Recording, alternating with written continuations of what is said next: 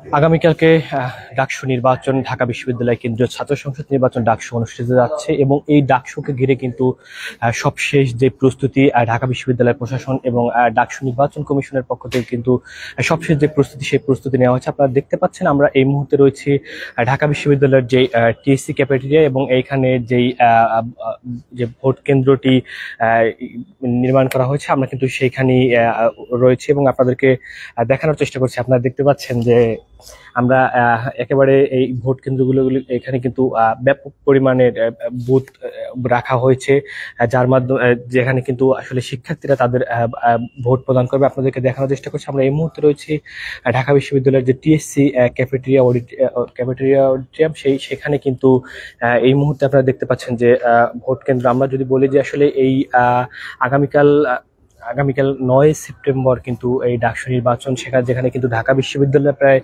40,000 শিক্ষার্থীর ভোটেই কিন্তু আসলে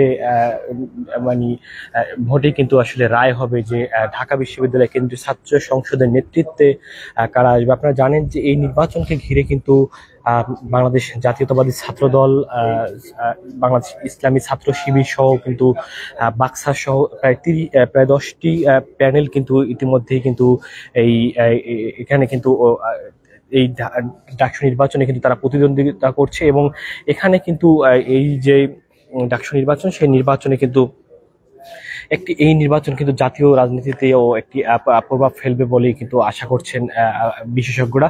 আপনারা দেখতে পাচ্ছেন যে আসলে 24-এর যে গণ-অভ্যুত্থান, সেই গণ-অভ্যুত্থানের পরে কিন্তু প্রথমবারের মতো ডাকসু অনুষ্ঠিত হতে যাচ্ছে এবং এই ডাকসু জাতীয় সংসদ নির্বাচনের আগে ডাকসু কিন্তু আসলে বাংলাদেশের যেই রাজনৈতিক দলগুলোর ছাত্র সংগঠন এই ডাকসুতে প্রতিদ্বন্দ্বিতা করছে, তাদের জন্য কিন্তু অনেক বড় একটি ফ্যাক্টর হয়ে দাঁড়াবে। আপনারা জানেন যে আসলে দীর্ঘ কয়েকদিন ধরে কিন্তু আসলে ডাকসু নিয়ে সরগরম বাংলাদেশের রাজনীতি এবং সেই ডাকসু কিন্তু আগামীকালকেই কিন্তু আসলে শিক্ষার্থীদের রায়ে ডাকসুর যে প্রতিনিধি, সেই প্রতিনিধি কিন্তু পেতে যাচ্ছে ঢাকা বিশ্ববিদ্যালয় প্রশাসনের পক্ষ থেকে কিন্তু বারবার নিরপেক্ষ একটি নির্বাচনের কথা বলা হচ্ছে, যে একটি নিরপেক্ষ নির্বাচন অনুষ্ঠিত করতে যা যা করা দরকার প্রশাসন করবে এবং এর জন্য কিন্তু আমরা কিছুক্ষণ আগে দেখেছি যে ঢাকা বিশ্ববিদ্যালয়ে কিন্তু পুলিশের পক্ষ থেকে একটি কন্ট্রোল রুম স্থাপন করা হয়েছে।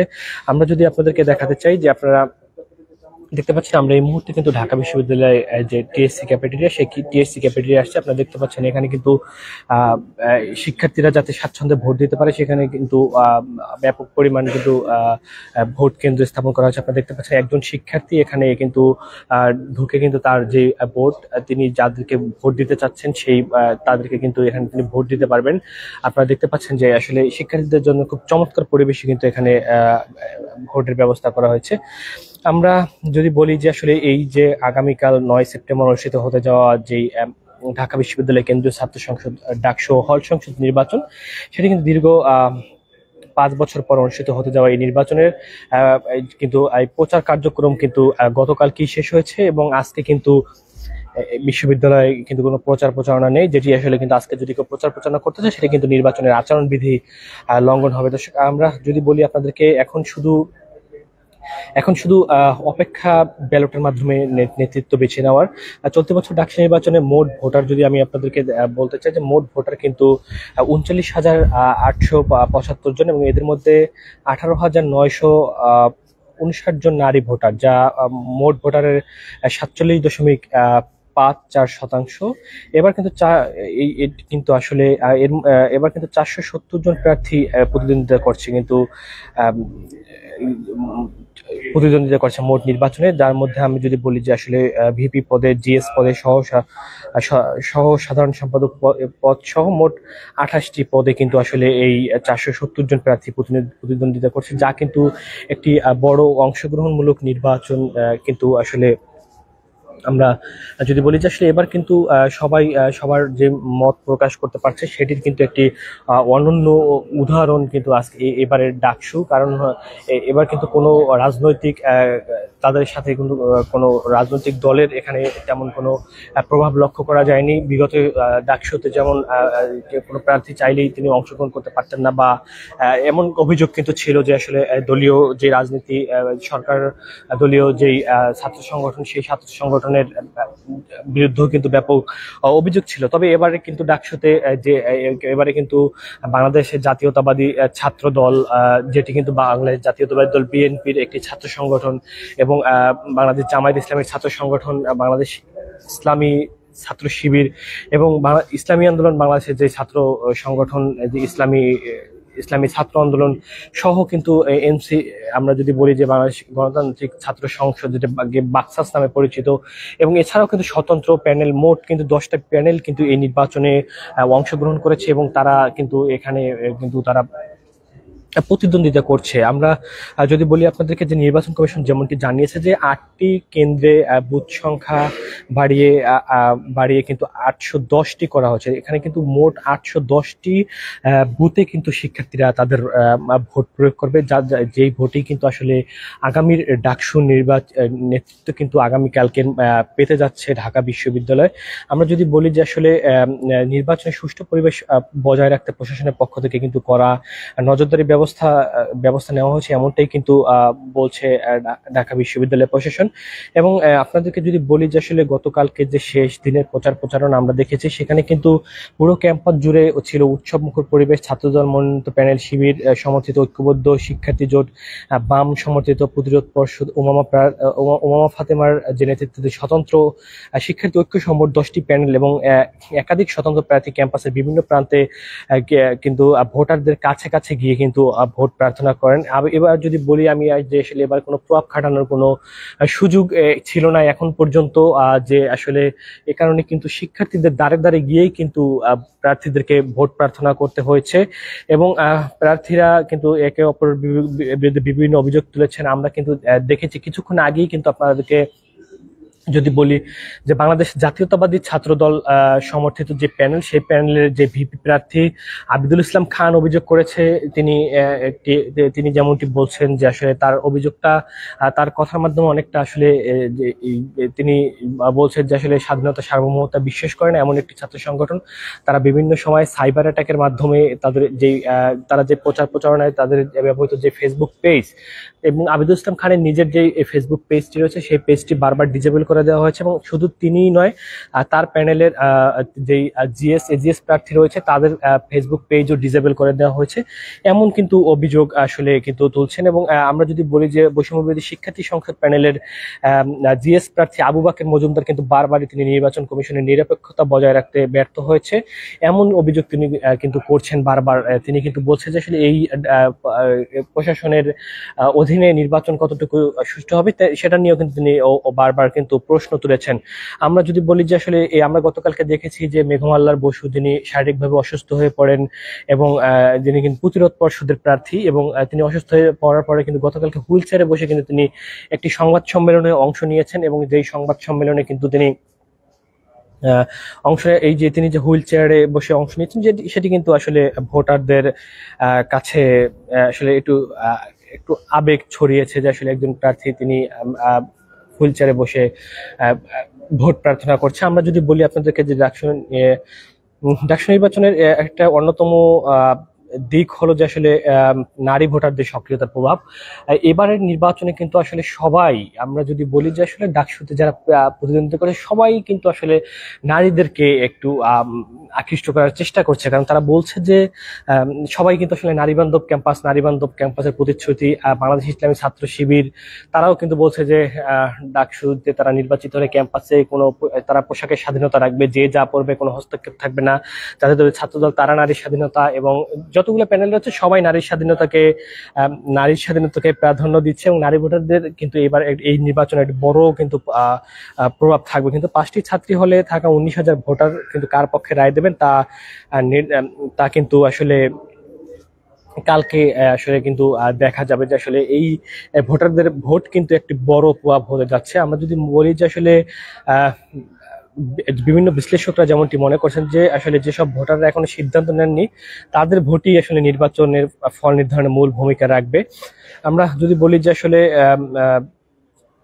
যে রোকেয়া হল, সুফিয়া কামাল হল, জিয়াউর রহমান হল, জগন্নাথ হল, সার্জেন্ট জহিরুল হক হলের মতো বড় বড় হলগুলো এসব সুইং ভোটারদের দিকে এখন নজর কিন্তু প্রার্থীদের। আমরা যদি বলি আপনাদেরকে হল ভিত্তিক যদি আমি একটু ভোটারের পরিসংখ্যান বলতে চাই, যে রোকেয়া হলে ঢাবির 18টি আবাসিক হলের মধ্যে কিন্তু ছাত্রীদের হলগুলোতে রয়েছে উল্লেখযোগ্য সংখ্যক ভোটার। রোকেয়া হল 5,665 জন ভোটার রয়েছে, সুফিয়া কামাল হল 4,443 জন ভোটার রয়েছে, শামসুন্নাহার হল 4,096 জন ভোটার কিন্তু রয়েছে, এবং বাংলাদেশ কুয়েত মৈত্রী হলে 2,110 জন, এবং বঙ্গমাতা শেখ ফজিলাতুন নেসা মুজিব হলে কিন্তু 2,645 জন ভোটার কিন্তু রয়েছে। এবং ছাত্র হলগুলোর মধ্যে সবচেয়ে বেশি ভোটার রয়েছে জগন্নাথ হল 2,225 জন, শহীদ জহিরুল হক হল 1,963 জন, এবং বিজয় একাত্তর হল 2,043 জন, শহীদুল্লাহ হল 2,005 জন। আমরা যদি বলি আপনাদেরকে যে এই দীর্ঘদিন পর অনুষ্ঠিত হতে যাওয়া ডাকসু নির্বাচন শিক্ষার্থীদের মধ্যে কিন্তু ব্যাপক উৎসাহ উদ্দীপনা লক্ষ্য করা যাচ্ছে। একটি দখলমুক্ত সুষ্ঠু অংশগ্রহণমূলক নির্বাচনই এখন ঢাবি শিক্ষার্থীদের প্রধান প্রত্যাশা। এখন আসলে সেটি আসলে আগামীকালকের যে নির্বাচন, সেই নির্বাচনে কিন্তু শিক্ষার্থীরা ভোট দিবেন, এবং তাদের যে রায়, সেই রায়টি কিন্তু তারা কালকে দিবেন, এবং এর মাধ্যমেই কিন্তু আমরা যদি বলি যে আগামী ডাকসু নেতৃত্ব কিন্তু আসতে যাচ্ছে। আমরা যেমন কিছুক্ষণ আগে কিন্তু ছাত্রদল বলছে যে আসলে তাদের যে পেজ থেকে তারা প্রচারণা করতো, যেটির মুখ্য ভূমিকা ছিল, সেটি কিন্তু আসলে বারবার সাইবার অ্যাটাকের মাধ্যমে তাদের সেই পেজটি কিন্তু ডিজেবল করে দেওয়া হচ্ছে, এমন অভিযোগ কিন্তু তারা করছে। দর্শক, আমরা যদি বলি যে আসলে ডাকসু নিয়ে কিন্তু আসলে বিভিন্ন নির্দেশনা আছে। আমরা যদি বলি যে আসলে ঢাকা বিশ্ববিদ্যালয় কেন্দ্রীয় ছাত্র সংসদ ডাকসু হল সংসদ নির্বাচনগুলোকে বিশ্ববিদ্যালয় এলাকায় 3 দিন কেউ বৈধ বা লাইসেন্সধারী অস্ত্র ব্যবহার করতে পারবে না বলে জানিয়েছে বিশ্ববিদ্যালয় কর্তৃপক্ষ। আমরা যদি বলি যে আসলে আজকে কিন্তু আসলে চিফ রিটার্নিং অফিসার অধ্যাপক ডক্টর মোহাম্মদ জসিমউদ্দিন স্বাক্ষরিত এক বিজ্ঞপ্তি কিন্তু এটি কিন্তু বলছে যে আসলে 8 সেপ্টেম্বর থেকে 10 সেপ্টেম্বর পর্যন্ত আইনশৃঙ্খলা বাহিনী ব্যতীত অন্য কেউ তার বৈধ বা লাইসেন্সধারী অস্ত্র ঢাকা বিশ্ববিদ্যালয় ক্যাম্পাস এলাকার মধ্যে বহন করতে পারবে না। কেউ বহন করে তার শাস্তিযোগ্য অপরাধ হিসেবে গণ্য হবে। এবং আমরা যদি বলি যে আসলে এই নির্বাচন যেটি আসলে সকাল 8টা থেকে শুরু হয় কিন্তু বিকাল 4টা পর্যন্ত চলবে, এর মধ্যে কিন্তু আপনাদেরকে যদি বলি যে আনুষ্ঠানিকভাবে কিন্তু প্রচারের কাজ 7 সেপ্টেম্বর শেষ হয়েছে। আমরা যদি বলি যে আসলে এই নির্বাচনে কিন্তু প্রায় 40,000 ভোটার রয়েছে, যারা কিন্তু আগামীকালকে তাদের ভোটের মাধ্যমেই কিন্তু রায় হবে যে কে হতে যাচ্ছে ডাকসুর ভিপি, এজিএস সহ মোট 28 পদের যেই বিজয়ী হবে কে, সেটি কিন্তু কালকেই কিন্তু আসলে নির্ধারিত হবে। আমি যদি বলি আপনাদেরকে যে বিশ্ববিদ্যালয় শারীরিক শিক্ষা কেন্দ্র ভোট দেবে, আমরা যদি বিশ্ববিদ্যালয়ের ডক্টর মোহাম্মদ শহীদুল্লাহ হল, ওমর একুশে হল ও ফজলুল হক মুসলিম হলে শিক্ষার্থীদের ভোট যেটি ভোট গ্রহণ সেটি করা হবে কিন্তু কার্জন হলে। এবং আমরা যদি বলি বিশ্ববিদ্যালয়ের শারীরিক শিক্ষা কেন্দ্রে ভোট দেবে জগন্নাথ হল, শহীদ সার্জেন্ট জহিরুল হক হল মুসলিম হলে শিক্ষার্থীরা কিন্তু ভোট দেবে, তারা কিন্তু শারীরিক শিক্ষা কেন্দ্রে ভোট দিবে। এবং আমরা যদি বলি ছাত্র শিক্ষক কেন্দ্রে টিএসএ ভোট দেবে এবং রোকেয়া হলের শিক্ষার্থীরা। এছাড়া বাংলাদেশ কুয়েত মৈত্রী হল ও বঙ্গমাতা শেখ ফজিলাতুন্নেসা মুজিব হলের ছাত্রীরা ভোট দেবেন কিন্তু ঢাকা বিশ্ববিদ্যালয় ক্লাব কেন্দ্রে। এবং নওয়াব আলী চৌধুরী সিনেট ভবন কেন্দ্রে নির্ধারণ করা হয়েছে স্যার এফ রহমান হল, হাজী মোহাম্মদ মহসিন হল ও বিজয় একাত্তর হলের শিক্ষার্থীদের জন্য। এবং সূর্য সেন হল, মুক্তিযোদ্ধা জিয়াউর রহমান হল, বঙ্গবন্ধু শেখ মুজিবুর রহমান হল ও কবি জসিমউদ্দিন হলের শিক্ষার্থীরা ভোট দেবেন উদয়ন স্কুল অ্যান্ড কলেজ কেন্দ্রে। এবং এছাড়া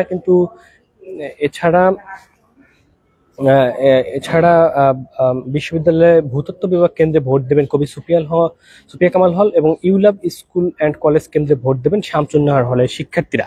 আমাদের কাছে কিন্তু এখন পর্যন্ত এই পরিসংখ্যান এসেছে, এবং বিকালে কিন্তু আসলে ডিএমপি কমিশনার সাজ্জাদ আলী একটি ব্রিফিং করবেন।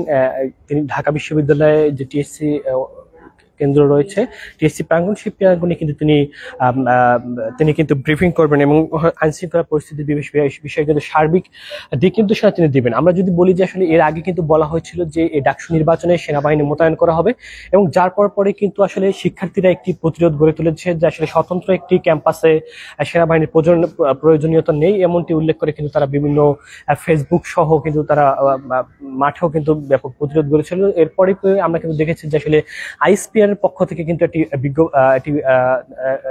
কিন্তু বিজ্ঞপ্তিতে বলা হয়েছে যে আসলে সেনাবাহিনী ডাকসুতে থাকছে না। তারা এমনটি কিন্তু তারা জানিয়েছিলেন। দর্শক, আমরা যদি বলি আপনাদেরকে যে প্রার্থীটা কিন্তু একে অপরের বিরুদ্ধে নানা অভিযোগ করছে, বিভিন্ন সময় বিভিন্ন অভিযোগ করছে এবং এরপর আমরা যদি বলি যে আগামীকালকে কিন্তু সব অভিযোগের অবসান ঘটিয়ে আগামীকালকে কিন্তু ডাকসু অনুষ্ঠিত হতে যাচ্ছে। আপনারা দেখতে পাচ্ছেন যে এই কেন্দ্রগুলোতে কিন্তু শিক্ষার্থীদের জন্য খুব সুন্দর পরিবেশে কিন্তু ভোট দেওয়ার পরিবেশ রয়েছে। আমরা আপনাদেরকে সেই চিত্র ভোট কেন্দ্র থেকে দেখানোর চেষ্টা করেছিলাম। আমরা এতক্ষণ রয়েছিলাম ঢাকা বিশ্ববিদ্যালয় ছাত্র শিক্ষক কেন্দ্রে টিএসসি যে ক্যাফেটেরিয়া ভোট কেন্দ্র, সেই ভোট কেন্দ্র থেকে আপনাদেরকে দেখানোর চেষ্টা করেছিলাম। এখানে কিন্তু রোকেয়া হলের শিক্ষার্থীরা এখানে ভোট দেবে। দর্শক, আপনাদের সাথে সরাসরি যুক্ত রয়েছিলাম আমি মোহাম্মদ সাব্বির হোসেন। আমরা ঢাকা বিশ্ববিদ্যালয় থেকে যে সর্বশেষ তথ্য আমাদের কাছে ছিল সেটি আপনাদেরকে জানানোর চেষ্টা করেছিলাম। ইনকিলাব ডিজিটালের মাধ্যমে আগামীকালকের যে ডাকসু নির্বাচনের সর্বশেষ তথ্য সবার আগে জানার জন্য সাথে থাকার অনুরোধ রইল।